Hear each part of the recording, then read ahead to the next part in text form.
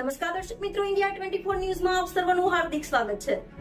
આપ જોઈ રહ્યા છો ગુજરાતના અને દેશભરના સમાચાર। લાલગેટની ઘટનાને લઈ શાંતિ ડોળાય નહીં તે માટે ડીસીપીની અધ્યક્ષતામાં અઠવા પોલીસ સ્ટેશનની શાંતિ સમિતિની બેઠક યોજાઈ।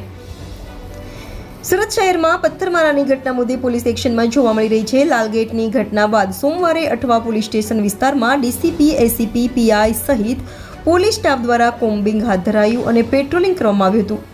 સમગ્ર ઘટનાને લઈ શાંતિ દોડાય નહીં તે માટે ઝોન 4 ડીસીપી શ્રી વિજયસિંહ ગુજરની અધ્યક્ષતા તથા જી ડિવિઝનના એસીપી શ્રી વીઆર મલ્હોત્રા તેમજ અઠવા પોલીસ સ્ટેશનના પોલીસ ઇન્સ્પેક્ટર શ્રી જીએમ હડિયાની ઉપસ્થિતિમાં શાંતિ સમિતિની એક બેઠક સાંજે યોજવામાં આવી હતી। આ બેઠકમાં શાંતિ સમિતિના સભ્યો, એફઓપીના સભ્યો તથા હિન્દુ મુસ્લિમ નાગરિકો હાજર રહ્યા હતા।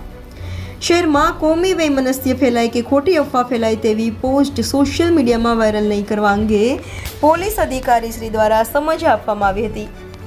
સમાજને ગેરમાર્ગે દોરવાના પ્રયાસ મામલે શહેર પોલીસે ગુનો દાખલ કરી કાયદેસરની કાર્યવાહી હાથ ધરશે।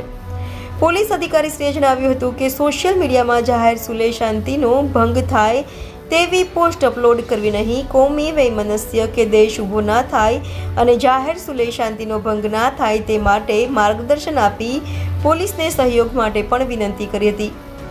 નજીકના પોલીસ સ્ટેશન વિસ્તારમાં બનેલી ઘટના વેળા અઠવા પોલીસ સ્ટેશનના શાંતિ સમિતિ અને એફઓપીના કેટલાક સભ્યોના સહયોગની સરાહના કરી હતી।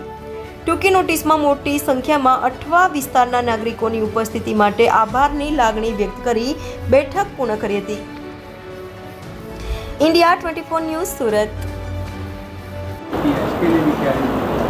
पहले हमने व्हीकल और फुट पेट्रोलिंग की ड्रोन से साथ में रख के और सारे ढाबा पॉइंट चेक करवाए, पुलिस के जवानों से ढाबा पॉइंट चेक करवाए और फिर अभी शांति समिति की बैठक हुई है तो विस्तार के जितने भी हमारे शांति समिति के सदस्य हैं वो हमारे एफओपीज़ हैं वो और मेन जो सभी धर्मों के जो मुख्य आदमी हैं वो सभी यहाँ पे हाजिर हैं और उन सब लोगों से एक अपील की गई है कि किसी भी तरह की सोशल मीडिया पे कोई अफवाह फैलाए या फिर किसी तरह की कोई ऐसी भावनाओं को भड़काने वाली बात हो तो उसका ध्यान भी रखना है, पुलिस का सहयोग करना है, वैसे अफवाहों को आगे फॉरवर्ड नहीं करना है और सभी लोगों का बहुत ही सकारात्मक सहयोग रहा है। अभी मीटिंग में भी सभी लोगों ने सकारात्मक एक हमें आश्वासन दिया है कि अपने एरिया में सांप्रदायिक जो सद्भावना है उसको किसी भी हालत में डिस्टर्ब नहीं करेंगे और एक दूसरा का सहयोग करेंगे। Thank you.